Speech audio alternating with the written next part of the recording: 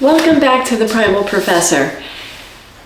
Well, it's Tuesday, and what I did yesterday was record what I ate in a day after a holiday, after a celebration.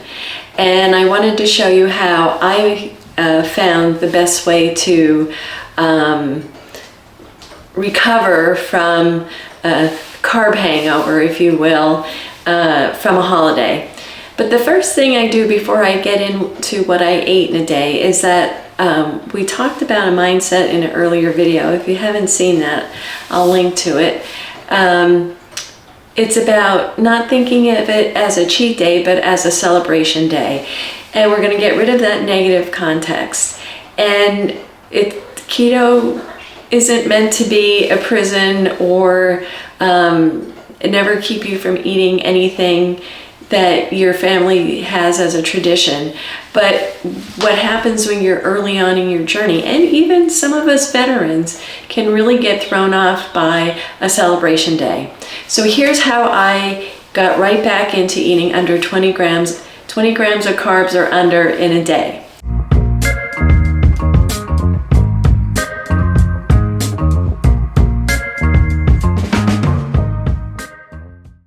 So the first thing I did on Monday morning was I got up and I worked out fasted. Now, if you're early in your ketogenic journey, you might not want to do that. But I've done it before, and I'm very fat adapted, meaning my body can grab fat for energy even if the carbs are low.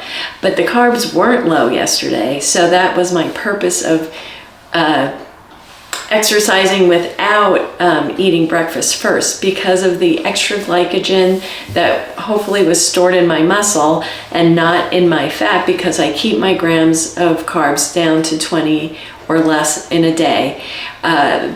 Any carbohydrates I ate yesterday, I was hoping got pulled right into the muscle. So today I'm going to empty that sink out. I'm going to pull the drain on it and exercise fasted. So what I do is I did about 45 minutes on the treadmill. The first 20 minutes, and I do this for a special reason.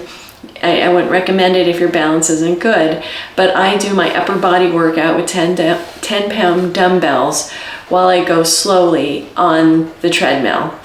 I have a very arthritic ankle, and so I don't like to pound for the whole 45 minutes on the treadmill, so I'll go at a slower speed. And by me doing the upper extremity workout, it still gets my heart rate up into zone 2. So I kind of kill two birds with one stone. And at the same time, and again, I'm stacking good habits, I listen to a phenomenal podcast with a scientist from Stanford, which I will do a video on because she really gave us some great information. So I worked out fasted, and I did 45 minutes altogether. And it wasn't until probably like 10 o'clock until I ate breakfast. So here, let me share with you what I had. And I chose this breakfast specifically because it prioritizes protein and fat, and it's very satiating, and it's going to set me up for the day to be successful. So what I did was I got those mini peppers. I took about a third of each, and I just chopped up a red, yellow, and orange. And it was beautiful. It's very colorful, and I love to cook, so it's not a chore for me to do this.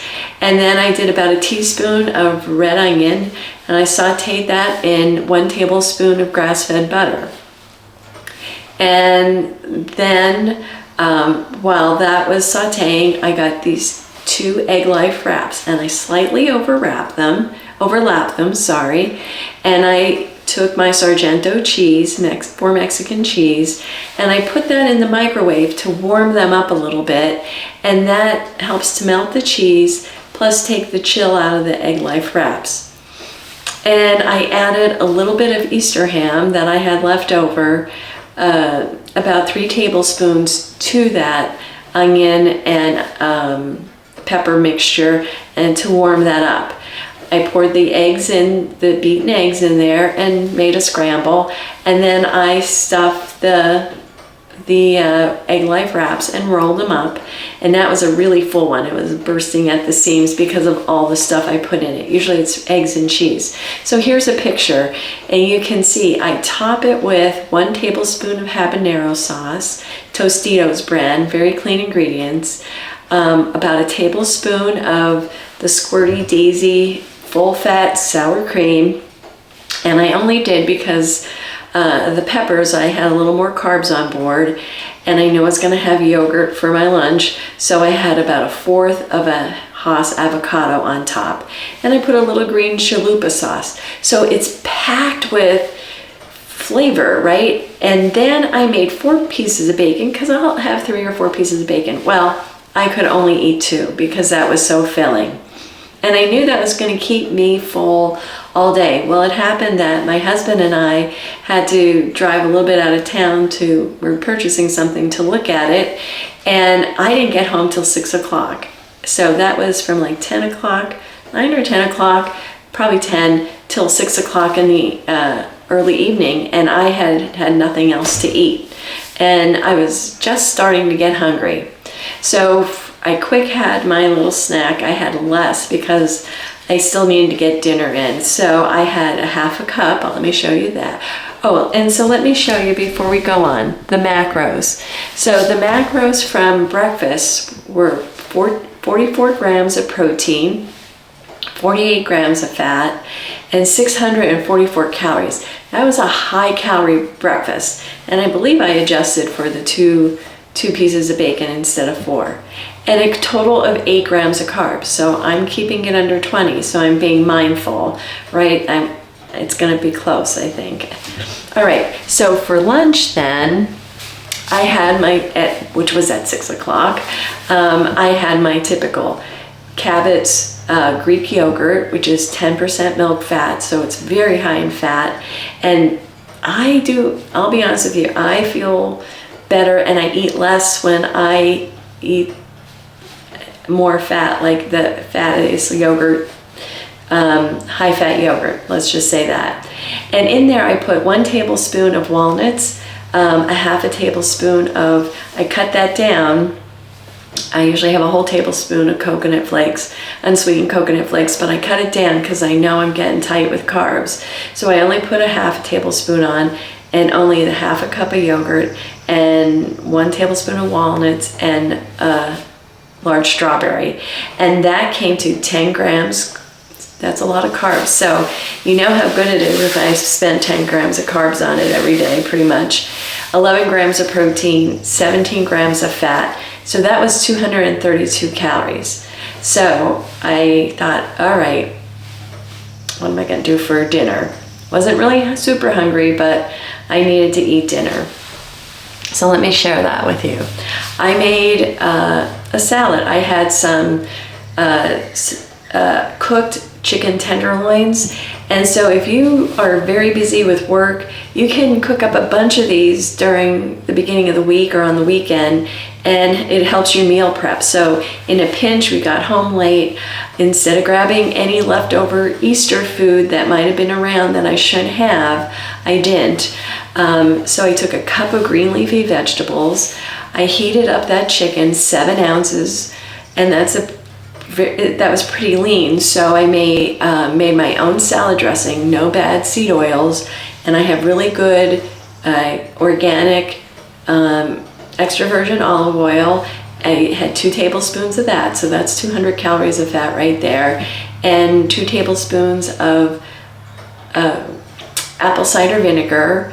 I did 6 slices of cucumbers raw. And is there anything I missed? No. Oh yes, I forgot to put that in there. Oh no, I do have it in there. And I had a block of fresh or aged Parmesan cheese, and that doesn't have any calories in it, but I did shavings of that on top. It just adds a punch of flavor. It also gives you really good fat and protein and no carbs. So that whole big bowl that I showed you, that big salad, was 2 grams of carbs. So let's go over the totals for the day. Let's see. Oh, so yeah, that's my total. So I had 101 grams of protein, and don't look at what's left because those values were a little bit higher. They don't necessarily correlate with the weight I am now.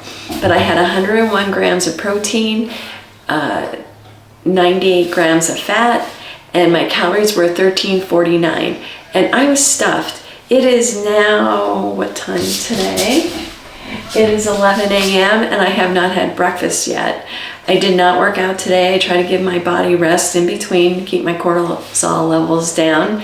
But that was 1,349 calories. That was a lot of food yesterday.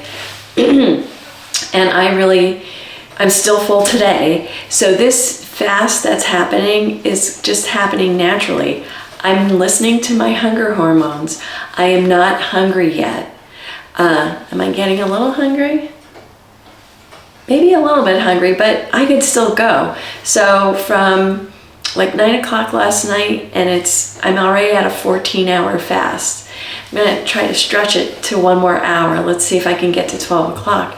And that was another 15-hour fast that I'm in. So I'm getting back in ketosis. It's happening naturally because I'm not hungry. Because yesterday I set myself up with high-fat, high-protein meals. And you'll notice the days you work out, you may be hungrier. And I don't really care about calories. I'm eating to what feels right. And my next video is going to be on our broken hunger signals. Watch that. That should be coming out in a day or two. When you are have insulin resistance and you're eating a lot of carbohydrates and a lot of processed foods, they hijack your hunger hormones, and they just don't work properly. So now, if you stay on a low-carb lifestyle, your body will tell you when you're hungry. Your body will tell you when you should eat. And so at the end of the day, it was 1,349 calories, and boy, I barely made it, but 20 grams right on the dot. If this was helpful, let me know. If you want to see my recipes that I make, again, I'm trying to give you ideas. Like in a pinch, I had that extra chicken and I had leafy greens. So when I indulge a little bit, maybe earlier in the day with more carbs, then I can pull together a low carb nighttime meal.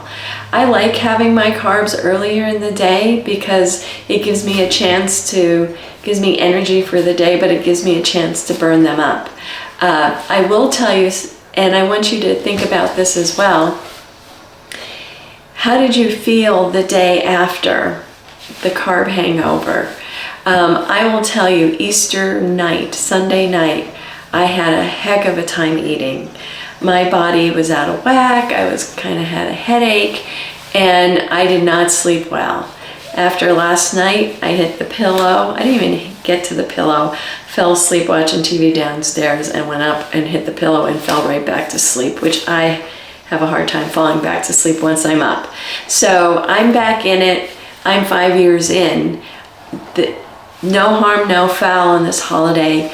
I celebrated with my family. I was able to make food that was our tradition and taste it without going completely off the rails. So I hope this again was helpful to you. Let me know if you want recipes. Hit the like and subscribe button for some more information on how to live a sustainable ketogenic diet. People think it's not sustainable. I promise you, once your taste buds change, you'll be craving this type of food and not the highly processed junk food. All right, stay in ketosis. I'll see you in the next video. Bye.